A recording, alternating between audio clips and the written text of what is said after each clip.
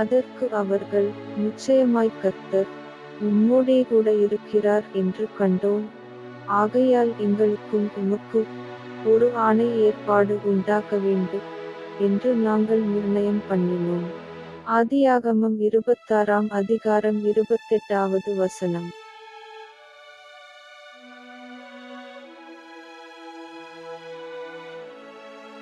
ஜெபம் செய்வோம். நேற்றும் இன்றும் என்றும் மாறாத எங்கள் நல்ல பிதாவே, உம்மை நன்றியோடு துதிக்கிறோம் ஸ்தோத்தரிக்கிறோம். இந்த வசனத்தை பார்த்துக் கொண்டிருக்கும் யாவரையும் உம் கரத்தில் ஒப்புக் கொடுக்கிறோம். இவர்களுடைய பாவங்கள் சாபங்களை மன்னித்து ரட்சித்து ஆசீர்வதியும்.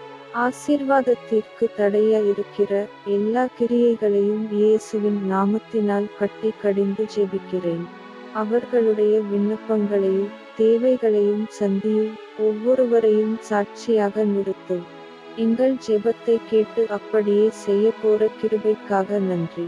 எல்லா துதியும் கனமும் மகிமையும் உமக்கே செலுத்துகிறோம். இயேசு கிறிஸ்துவின் நாமத்தினால் ஜெபிக்கிறேன் ஜீவனுள்ள நல்ல பிதாவே.